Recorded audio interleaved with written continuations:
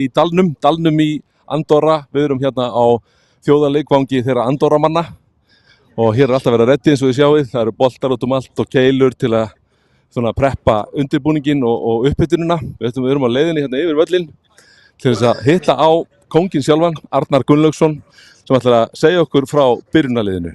Og hann hérna, situr hérna í varamannaskýlinu með Tjarta Klía og við erum svolítið lengi að labba, þannig að því að við megum ekki missa andan, við erum ekki í besta forminu við Hörður Ágústsson, myndatökumaður og meira, hann eiginlega miklu meira, Hörður.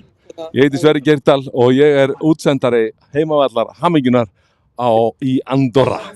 En hérna situr Arnar Gunnlaugsson með möppuna góðu, ég held hún sé í lagi, þetta ný mappa? Þetta ný mappa? Jó, í útferði maður redda við nýri möppu. Það svoleiðis? Já, þetta spáns. Jó, útferði.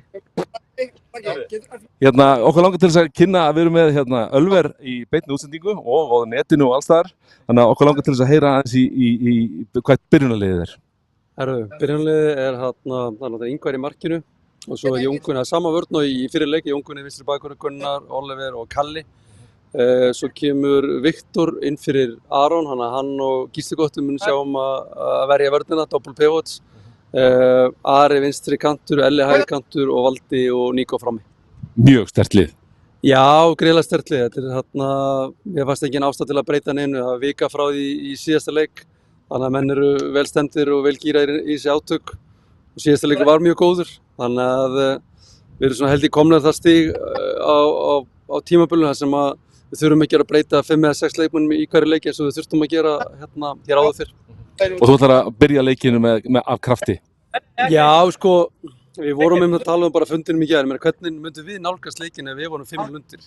Og það var klárlega þá skilaboðin að reyna að setja mark eða 2 á fyrstu 20 mínútum og til þess að gera það þurfa þeir að byrja þvílíkum krafti og jafnvel að svindla á varnarleik og skilja menn eftir frammi og reyna alls konar klæki og jafnvel að fá menn rekna út af og búa til eitthvað kei og svo vitleysisgang. Þannig að við erum búin að vera ótrúlega sterkir útivöllum, það er reynt mikið á karakter okkar leikmanna og þannig að ég bara krefst þess, við krefst þess í kvöld að það sama verður upp á teininginu. Og við byrjum leikinn á fullri alvöru og reynum að ná fyrsta markinu. Það verður náttúrulega lykilatriði og frábærlega vel gert ef við myndum ná fyrsta markinu, þá myndi það svolítið slá það út af laginu.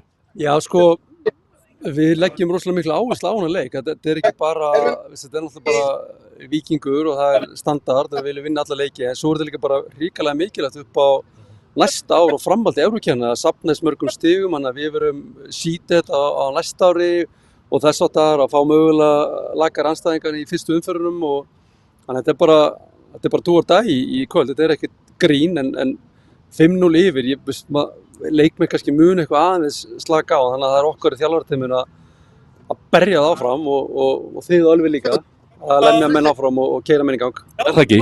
Og við í Ölver, hvetjum Ölvermenn því að við finnum orkuna, það eru svo margir að koma og það er mikil orka og mikil gleði og við ætlum að hjálpa liðinu fyrstu 20 mínútur og svo næstu 30 og eiginlega allar mínúturnar af því að við ætlum að vinna þennan leik alveg pottþétt.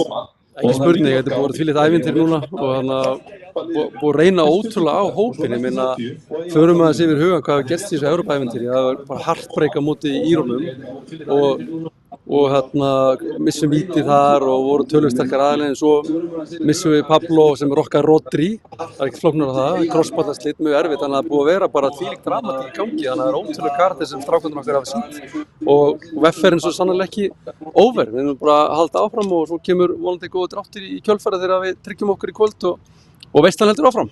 Veislan heldur áfram fram að jólum, segir Arnar Gunnlaugsson og kannski ennþá lengri það, en við sjáum til að við erum allavega tilbúnir og leikurinn hérna eftir tæplega klukkutíma og ég held að við séum bara góðir hér, eða ekki? Ok, áfram Víking!